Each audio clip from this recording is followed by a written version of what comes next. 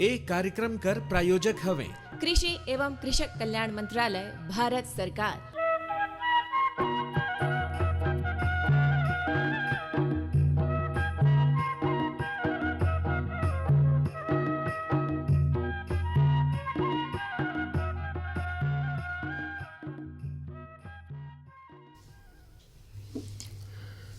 हाँ, किसानवाड़ी सुनैया हमर जमा और आज देखी मंगल कर दिन और हेलो किसानवाड़ी और भाई बताइए आज हेलो किसानवाड़ी कार्यक्रम में कौन हमारा विशेषज्ञ इन है और का विषय है तेला। देखिए आज का जो हमारे विशेषज्ञ हैं डॉक्टर अजय अग्रवाल, अतिरिक्त उप संचालक पशुधन विभाग अंबिकापुर, और अंबिकापुर में अफ्रीकन स्वाइन फीवर टीके का सफल परीक्षण किसान मन खातिर का एकर महत्व और लाभ कैसे किसान मन ले सकते हैं, ये विषय पर विस्तार से गोट बात हुई। तो सबले पहले डॉक्टर साहब हमारे कार्यक्रम में आपका बहुत बहुत स्वागत है। धन्यवाद।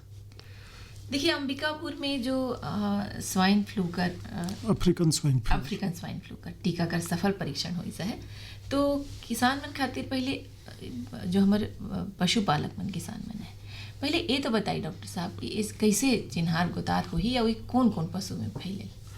अफ्रीकन स्वाइन फीवर वायरस से होने वाला, सूअरों में होने वाला एक अत्यधिक घातक और संक्रामक बीमारी है। ये इतनी अधिक घातक है कि इसमें मृत्यु दर लगभग 100% होती है। मतलब जो सूअर बीमार हो गया उसकी मृत्यु लगभग तय होती है। इस बीमारी का अभी तक न तो विश्व में प्रभावी उपचार है और न ही टीका उपलब्ध है। अच्छा। जिसके कारण इस बीमारी की रोकथाम के लिए केवल एक ही उपाय होता है कि प्रभावित पशु का कलिंग एवं प्रभावित एरिया में लगभग 1 किलोमीटर के रेडियस के सभी सूअरों की कलिंग कर दी जाती है। मतलब उनको मार दिया जाता है ताकि इस बीमारी को फैलने से रोका जा सके। और चूंकि मृत्यु दर बहुत अधिक होती है, इसलिए किसानों को, पशुपालकों को आर्थिक नुकसान बहुत अधिक होता है।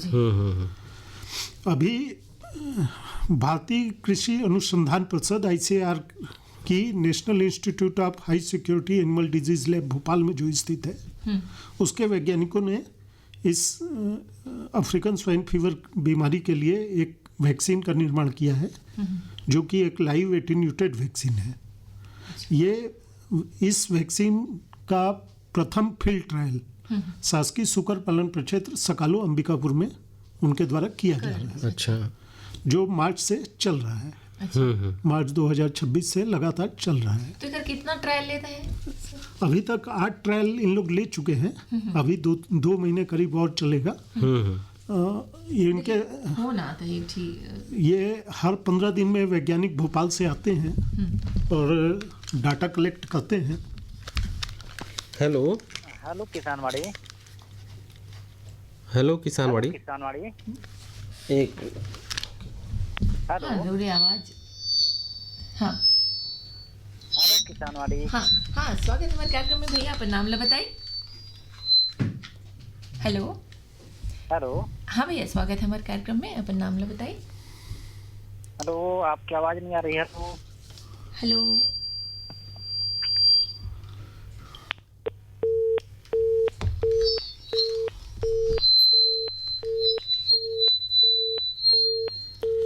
देखिए। तो हाँ सर आप कंटिन्यू करिए। तो इस वैक्सीन का प्रथम फील्ड ट्रायल शासकीय सुकर पालन परिषद सकालो अंबिकापुर में वैज्ञानिकों के द्वारा किया जा रहा है। जी। वैज्ञानिक हर 15 दिन में आते हैं एवं वैक्सीन लगाने के साथ साथ चिन्हित पशुओं का ब्लड सैंपल लेकर और नेजल सैंपल लेकर जाते हैं, ताकि वैक्सीन के द्वारा जो इम्यूनिटी उत्पन्न हो रही है, जानवरों में रोग प्रतिरोधक क्षमता उत्पन्न हो रही है। फोन ऐसा है जो एक ले थे। हेलो। हाँ हेलो किसानवाड़ी। हाँ हेलो किसानवाड़ी भैया। हाँ भैया राम राम। कौन कहाँ ले बोला थे? हाँ भैया मैं चंद्रभान रजवाड़े बात कर रहा हूँ, गांव अनुज नगर, जिला सूरजपुर, छत्तीसगढ़ ले। हाँ तो भाई देखिए रखी सवाल। तो आप जम्मू राम और साथ में डॉक्टर साहब भी राम करना चाहूँ। और मोर सवाल ये रही कि हम जैसे अभी मवेशी वगैरह मतलब देखते ना, तो बुखार वगैरह के शिकायत ज्यादा देखे मिलते, और का होते कि पेट फूलन और जो खूर रहते ना बैल मन के उमन के सूजन घलो आ जाते तो यह का कारण ले होते समान दिक्कत तो अगर हम का कर सकत हन। बरसात में पालतू पशुओं को बुखार वगैरह की समस्या आम समस्या है, क्योंकि क्या होता है कि जानवर सीधे बरसात में कई बार भीग जाते हैं। इसके साथ साथ जो उनके बाड़े में अत्यधिक नमी और आर्द्रता के कारण भी तनाव अत्यधिक होने के कारण जानवर बीमार हो जाते हैं। तो जब भी जानवर आपका अगर बुखार होता है या किसी प्रकार से बीमार होता है तो उसका उपचार नज़दीकी पशु चिकित्सालय में पशु चिकित्सकों से जरूर करवाएं। इसके अलावा जो आपने कहा कि पेट फूलने की समस्या आ रही है, तो ये समस्या इसलिए आती है क्योंकि गर्मी के ऋतु में जब पशुओं को पर्याप्त मात्रा में चारा नहीं मिलता है, उसके बाद अचानक हरा चारा बहुत अधिक मात्रा में मिलता है तो पशु अनियंत्रित रूप से चारे को खा लेता है और बहुत ज़्यादा खा लेता है। और हरे चारे में कुछ ऐसे द्रव्य होते हैं जिसके कारण उनके पेट में जो फर्मेंटेशन की प्रक्रिया होती है वो प्रभावित होती है और पेट फूल अत्यधिक गैस बनने के कारण पेट फूलने लगता है। तो पशुओं को हरा चारा हमेशा एक संतुलित मात्रा में और नियंत्रित मात्रा में ही देना चाहिए। इसलिए बाहर चरवाते समय भी उनको अनियंत्रित रूप से दिन भर नहीं चरवाने चाहिए, एक समय सीमा में ही चरवाने चाहिए। उसके बाद अगर आप घर में बांधकर हरा चारा और सूखा चारा मिलाकर देंगे तो ये समस्या कभी नहीं होगी। सूखे चारे की मात्रा हमेशा कम से कम 40% जरूर होनी चाहिए। और तीसरी जो आपने समस्या बताई कि खुरों में सूजन आ जाती है, घाव हो जाते हैं, तो इसका कारण भी पशुओं का बरसात के पानी में खड़े होने से ये समस्या आती है। कई बार बैलों को हम जैसे खेती में काम लेते हैं तो कीचड़ वगैरह के कारण भी ये समस्या आती है।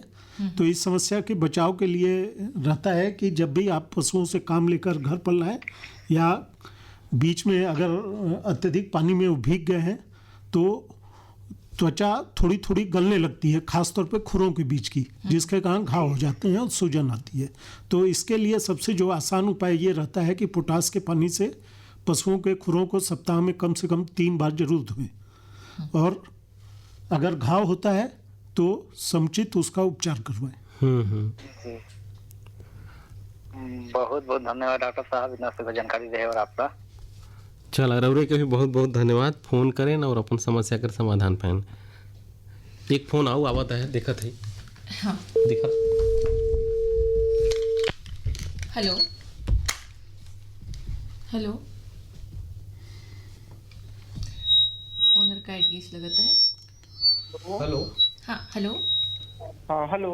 हाँ हेलो किसानवाड़ी, स्वागत है भैया। हेलो किसानवाड़ी। हाँ स्वागत है भैया। Hello hello. हाँ दीदी, राम राम, जय जोहर। राम राम, जय जोहर भैया, कैसा हाल चाल है? मैं ग्राम तारकेश्वरपुर ले मधुसूदन प्रजापति बोले हूँ। हाँ जी। हेलो। हाँ हेलो।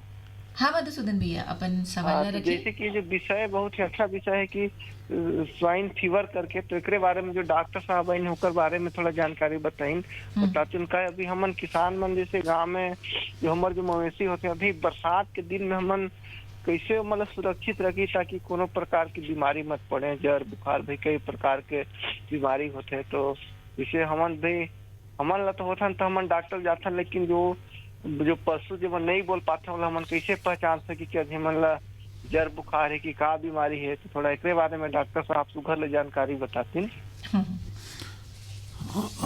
बरसात में पशुओं को कुछ संक्रामक बीमारियां बहुत ज़्यादा होती हैं, जिसमें प्रमुख होती हैं गलघोटू, एक टंगिया, खुरा चपका, थनैला वगैरह होती हैं। इसके अलावा किलनी की समस्या भी बहुत ज़्यादा होती है। किसी भी संक्रामक बीमारियों से बचाव का जो सबसे प्रभावी उपाय होता है कि हम अपने पशुओं को बीमार ही ना होने दें। और पशुओं को बीमार ही ना होने दें, इसका एक ही उपाय होता है कि समय पर पशुओं का टीकाकरण करवाएं। गलघोटू, एक टंगिया और खुरा चपका, सौभाग्य से ये तीनों बीमारियों के टीके पशुधन विकास विभाग द्वारा निःशुल्क लगाए जाते हैं। और पूरे हम लोगों के द्वारा अप्रैल माह से ही सघन टीकाकरण कार्यक्रम प्रारंभ कर दिया जाता है प्रतिवर्ष। तो जब भी आपके गांव में पशुधन विकास विभाग की टीम आती है टीकाकरण करने के लिए। अपने पशुओं को जरूर टीका लगवाएं। अगर आप समय पर टीका लगवा लेंगे तो इन बीमारियों को होने की संभावना लगभग नगण्य हो जाती है। जी हाँ, बहुत बहुत धन्यवाद। रउरे फोन करें ना अपन समस्या कर समाधान पाए। एक और किसान जुड़ी हैं। हेलो। हाँ भैया नमस्कार गा। हाँ नमस्कार। योगेश जांगड़े बोला था, हम सिरवा बांधा में तरह। हाँ हाँ, बहुत बहुत स्वागत है राउर के हमारे कार्यक्रम हेलो किसानवाड़ी में। धन्यवाद भैया। रखी समस्या।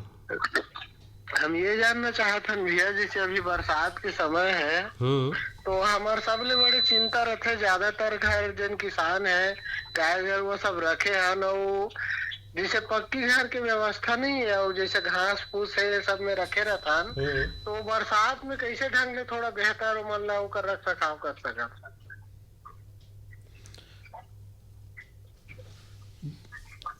पशुओं के जो बाड़े होते हैं, भले आपके कच्चे बाड़े हों, उनको उनमें पानी को न इकट्ठा होने दें और पशुओं को सूखे स्थान पर बांध के रखें। जब भी पशु बाड़े में पानी इकट्ठा होता है तो नमी और आर्द्रता बढ़ जाती है, जिससे कि मच्छर मक्खी किन्नी बहुत ज़्यादा पनपते हैं। इसके अलावा पशुओं में कई बार सांस संबंधी समस्याएं भी आती हैं।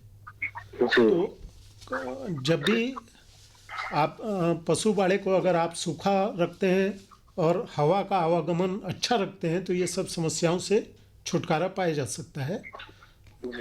इसके अलावा समय समय पर परजीवी नाशक दवाइयाँ जैसे साइपरमेथ्रिन, डेल्टामेथ्रिन का छिड़काव करते रहना चाहिए।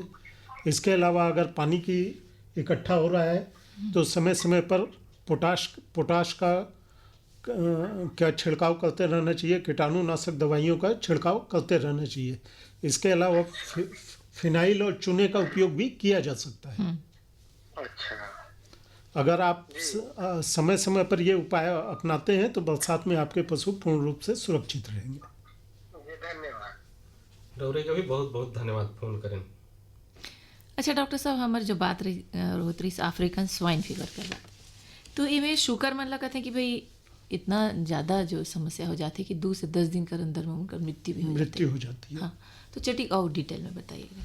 हाँ, तो मैं बता रहा था कि हमारे यहाँ प्रथम फील्ड ट्रायल वैक्सीन का चल रहा है और वैज्ञानिकों के अनुसार जो डाटा प्राप्त हो रहे हैं कि इस जो वैक्सीन उनने बनाई है उसकी इम्यूनिटी अर्थात रोग प्रतिरोधक क्षमता बहुत अच्छी है। अच्छा। और उससे भी बढ़कर बात यह है कि जो पशु जो सुकर हमारे यहाँ फील्ड ट्रायल के लिए चयन किए गए हैं उनमें से कुछ ने बच्चे भी दिए हैं। उन बच्चों में भी रोग प्रतिरोधक क्षमता इस बीमारी के प्रति प्राप्त हुई है। अच्छा। अर्थात सेकेंड जनरेशन में भी रोग प्रतिरोधक क्षमता ट्रांसफर हो रही है। हाँ, वो तो टीकाकरण था। इस टीके की तो इस अर्थात टीकाकरण बहुत अच्छा, बहुत प्रभावी है, सफल हुई। और अभी खुशी की बात यह है कि ICAR के 98वें स्थापना दिवस अभी 16 जुलाई 2026 को ये टीका नई दिल्ली में आयोजित एक कार्यक्रम में केंद्रीय कृषि मंत्री श्री शिवराज सिंह चौहान और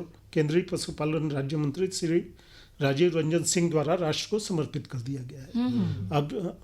अब शीघ्र ही इसका व्यावसायिक उत्पादन प्रारंभ होने की उम्मीद है, जिसमें थोड़ा समय लग सकता है, लेकिन एक बार अगर ये टीका मार्केट में आ जाएगा और तो पशुपालकों को आसानी से उपलब्ध होगा। अच्छा। और इस बीमारी को पूर्ण रूप से कंट्रोल किया जा सकेगा। इस बीमारी के बारे में एक बात और बताना चाहूँगा कि ये जो वैक्सीन है ये पूरे विश्व में मात्र दूसरी वैक्सीन है। अच्छा। एक वैक्सीन जो है वो वियतनाम में बहुत सीमित मात्रा में उपलब्ध है और उसकी जो क्षमता है वो भी बहुत कम है, इसीलिए वो पूरे विश्व में उपलब्ध भी नहीं हो पाई। ये जो हमारी वैक्सीन है जो हमारे वैज्ञानिकों ने डेवलप करी है, ये वैक्सीन की रोग प्रतिरोधक क्षमता बहुत अच्छी है और जैसे ही ये बाजार में उपलब्ध हो जाएगी तो पशुधन विकास विभाग द्वारा निश्चित रूप से इसका विस्तृत बहुत अच्छी मात्रा में टीकाकरण किया जाएगा और बीमारी पर पूर्ण रूप से नियंत्रण पाया जा सकेगा। तो एकर वैक्सीनेशन डॉक्टर साहब कोई आयु हो ही सुकरमन के कि कैसे लगवा जी जी जी जो भी वैक्सीनेशन का काम किया जाता है वो सामान्यतः ये 3 माह से ऊपर के बच्चों से शुक्रों में लगाई जाएगी। 3 माह से ऊपर कितनों भी आयु कर शुक्र हुई वो लगाए उनको लगाया जाएगा। और जो मेल फीमेल शुक्र है सब लगी सभी शुक्रों को लगेगी। तो ये बहुत अच्छा बात है कि जो शुक्र पालक माने, अब जैसे डॉक्टर साहब बताते हैं कि 100% तक जो संक्रमण है वो जान ले सकते हैं शुक्र मनकर। तो ये जो हमारे यहाँ ट्रायल बेस में देखल गई से सफल परीक्षण कर सकत है नीला।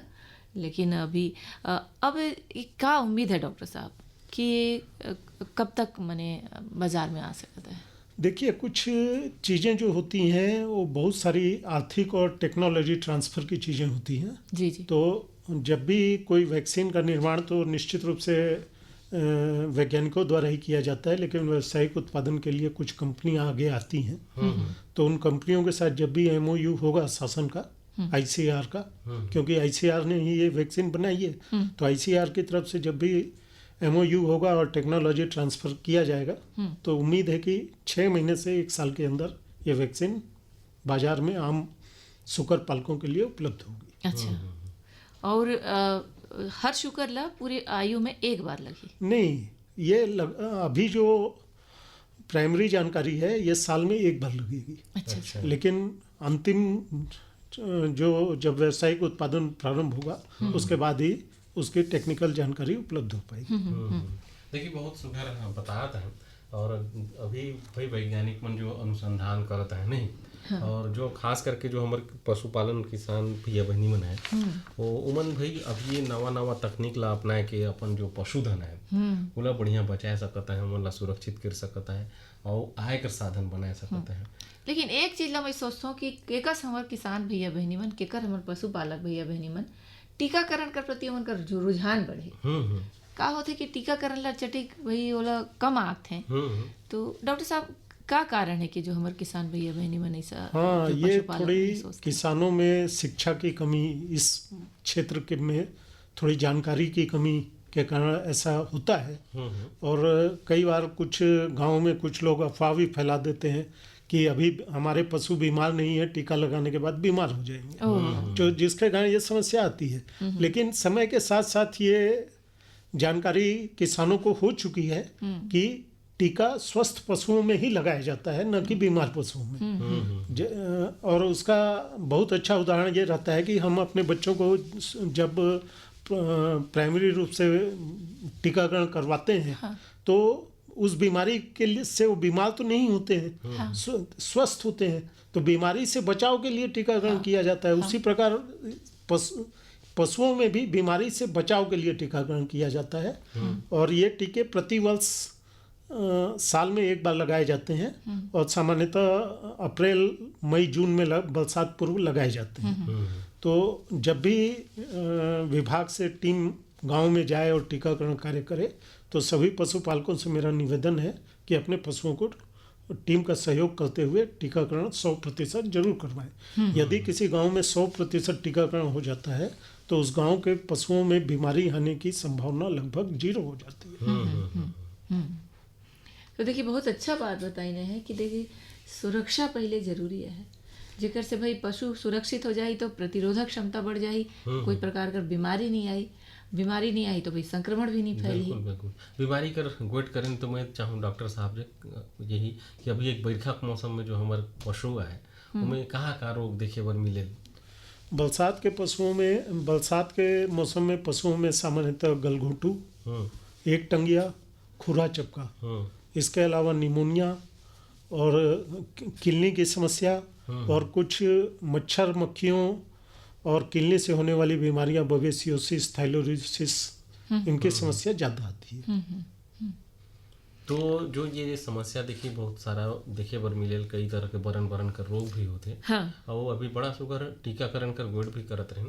बाकी जो खास करके ये बरखा के मौसम में जो हमारे पशु हैं उमन ला कौन तरह से हमन बचाव कर का उपाय कर सकते हैं? सबसे पहला उपाय तो यही होता है कि हम बरसात पूर्व अपने पशुओं का सभी बीमारियों का जिन बीमारियों का टीका उपलब्ध है वो टीका अवश्य लगवाएं।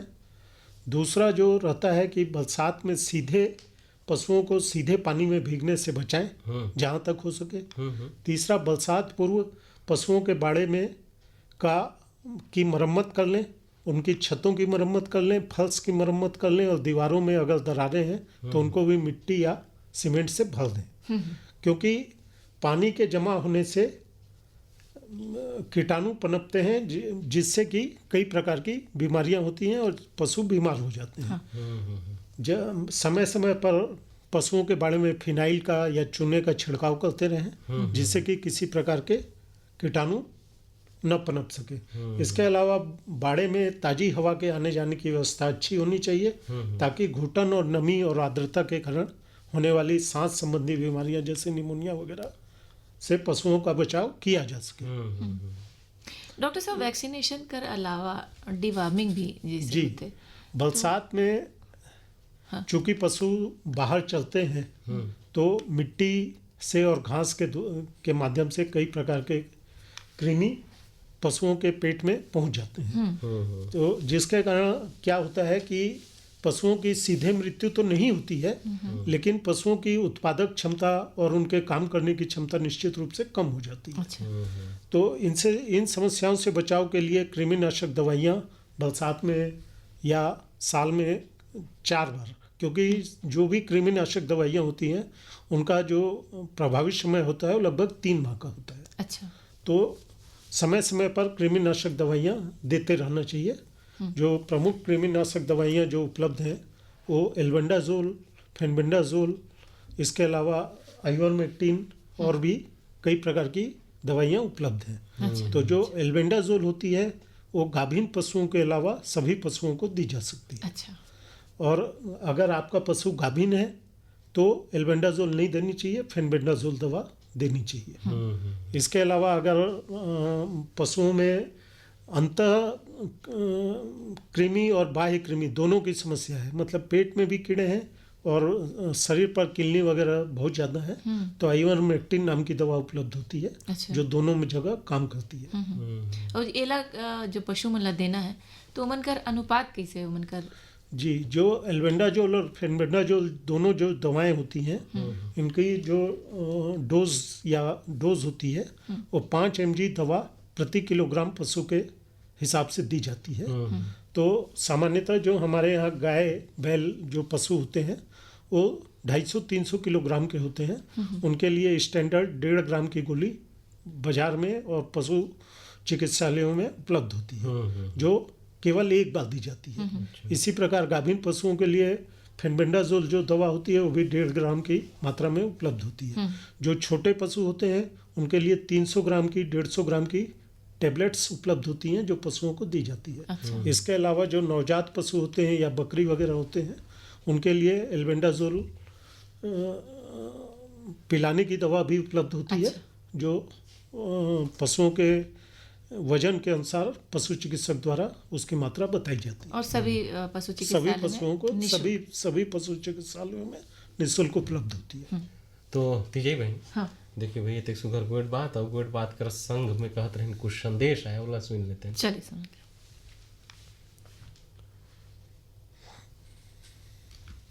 जोखिम से निकल कर फसल आए, सुरक्षित हो जाए, फसल बीमा से हर किसान अब आत्मनिर्भर हो जाए। संकट के समय प्रधानमंत्री फसल बीमा योजना किसानों के लिए वरदान है।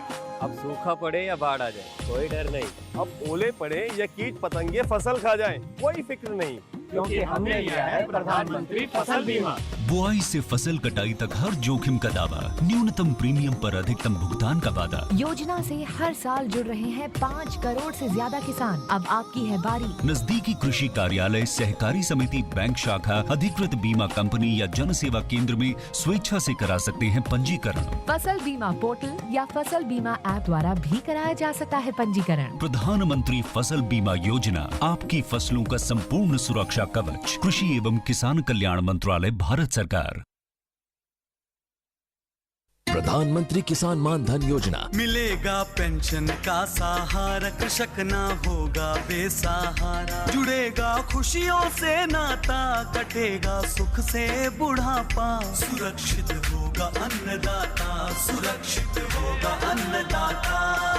प्रधानमंत्री किसान मान धन योजना से लघु सीमांत किसानों का भविष्य होगा सुरक्षित। और 60 वर्ष की आयु से 3,000 रूपए मासिक पेंशन होगी सुनिश्चित। 55 रूपए से 200 रूपए की मासिक किश्त देकर प्रवेश कर सकते हैं 18 से 40 वर्ष तक के किसान। इस अंशदायक योजना में सरकार देगी बराबर का योगदान। सभी किसान भाई बहन इस योजना के लाभ के लिए जन सेवा केंद्र में जाएं और अपना निशुल्क नामांकन कराएं। प्रधानमंत्री किसान मान धन योजना, अन्नदाता के परिश्रम को संबल, पेंशन से सुरक्षित उनका कर। कृषि एवं किसान कल्याण मंत्रालय, भारत सरकार द्वारा जनहित में जारी। हाँ तो देखिए ये तो रही संदेश और हमन देखिए गोट बात करत रहें कि भाई ये बरखा कर मौसम में जो हमार पशुधन है ना, उमें का रोग देखे बर मिले और टीकाकरण करवाना है, संगे संगे भाई का बचाव कर उपाय बड़ा सुगर जानकारी ल देहत है कि नहीं हमारे डॉक्टर विशेषज्ञ महोदय। तो मैं ये कहना चाहूँ कि भाई अभी जैसे बरखा कर मौसम है, इनमें मुख्य बात आवास व्यवस्था कर चटिक में चाहूँ कि थोड़ा विस्तार से बताती कि जो कोठा जिला कथन हम जिसमें भाई हमार पशु रखे उनकर आवास व्यवस्था कैसे रहना चाहिए एक बारे में बताते हैं। बरसात में पशुओं को हमेशा सूखे और ऊंचे स्थान पर थोड़ा बांध के रखना चाहिए। अपन देखते भी हैं कि पशु जहाँ पर जमीन सूखी होती है वहाँ बैठना पसंद करता है। तो इसका मुख्य कारण ये होता है कि सूखे में पशुओं को आराम मिलता है।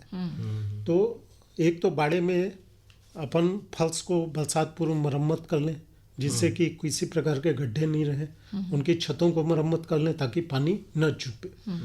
तो अगर बाड़े आपके सूखे रहेंगे तो पशुओं में बीमारियां होने की संभावना बहुत कम हो जाएगी। सूखे रहेंगे तो मच्छर मक्खी किलनी के पनपने की संभावना भी कम हो जाएगी, जिसके कारण पशुओं के लिए वे आरामदेह रहेंगे। इसके अलावा बरसात में चूंकि मौसम अत्यधिक आर्द्र और नमीपूर्ण होता है तो उनमें ताज़ी हवा के आने जाने की व्यवस्था भी अच्छी होनी चाहिए।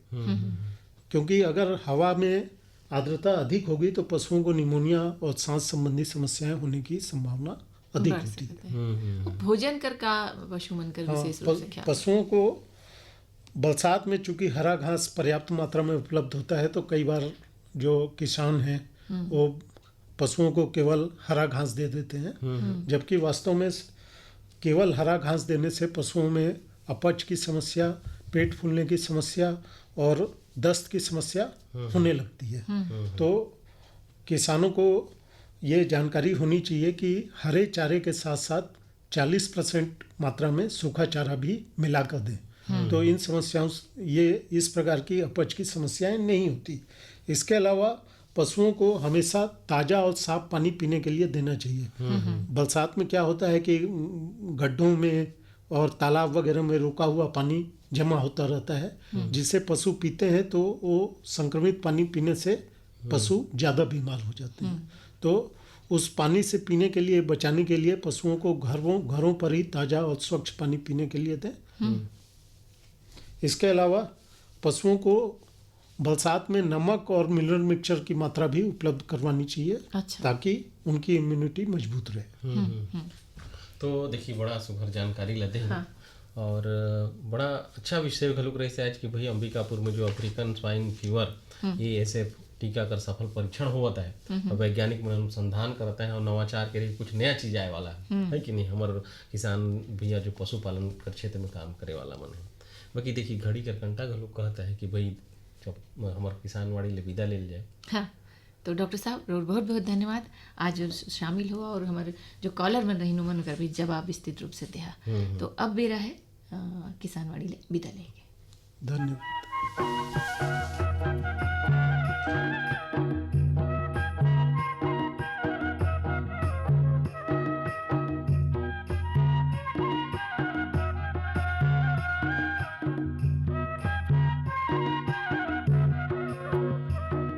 ये कार्यक्रम कर प्रायोजक रही कृषि एवं कृषक कल्याण मंत्रालय भारत सरकार।